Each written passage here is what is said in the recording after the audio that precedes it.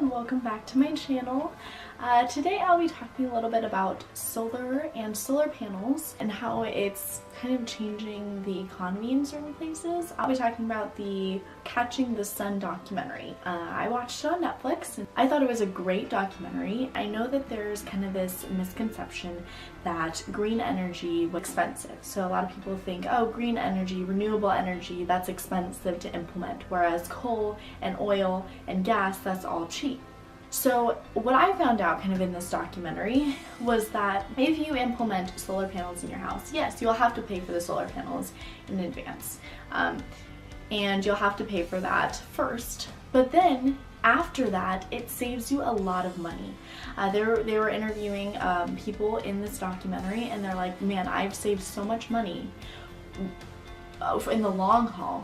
A lot of the documentary was talking about creating green jobs. That's a huge step in the right direction. Over 1/2 of electricity from the US is powered by coal. All the energy everyone consumes in the entire world in 1 year is what the sun can provide in 1 hour. So imagine if we used all that potential. The cost of solar dropped 80% in the last 5 years. It's beginning to be much cheaper than it used to be, and it'll be cheaper in the long haul. Solar has many job opportunities for people, and take China for example. They have a growing solar industry because the people in China demanded it. Their air is not safe for them to be breathing, and it was getting very toxic.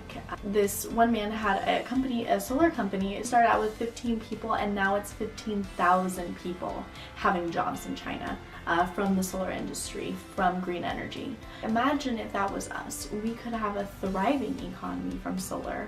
Chinese government recognizes that climate change is a problem and that mankind is causing this problem. China's government recognizes that, so that's why they're implementing this. Our government has not yet recognized this to the extent that we need in order for things to happen, in order for things to change at a policy level, at a higher level. So it all starts with us. We need to demand that change, and we need to demand that our government knows that it's a problem and that we're causing this problem. There's still many climate deniers in our government right now, currently, and that's been a large problem for us. Nothing is going to get solved by denying that there is climate change or denying that we are the cause of climate change. So it all starts with us. We need to start demanding these changes. We need to start getting solar panels on our roofs.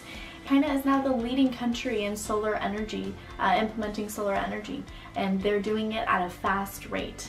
And if China can do it, we can definitely do it. We have the tools, we have the money, we can do this. It's just our government needs to get on board, and our people need to get on board.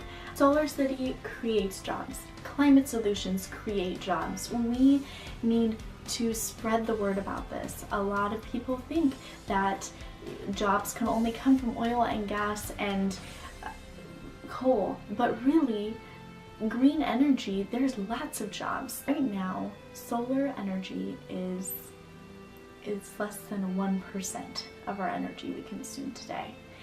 And that we already are providing jobs for 120,000 people.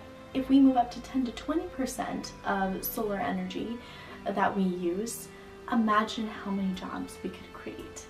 One of the quotes I really liked in this documentary is that the only way we can solve the polar bear problem is to solve the neighborhood. It starts small. We want to help, yes, the polar bears, that's a big issue. Ice caps melting, that's a large issue. We want to scale it down.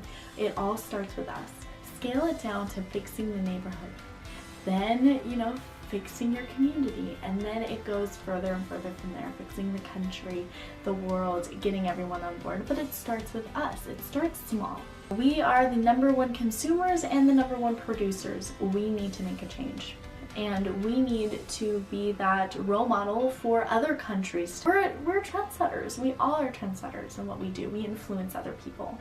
Implementing solar is also a conservative view as well, because it is free market and it provides competition for these monopolies.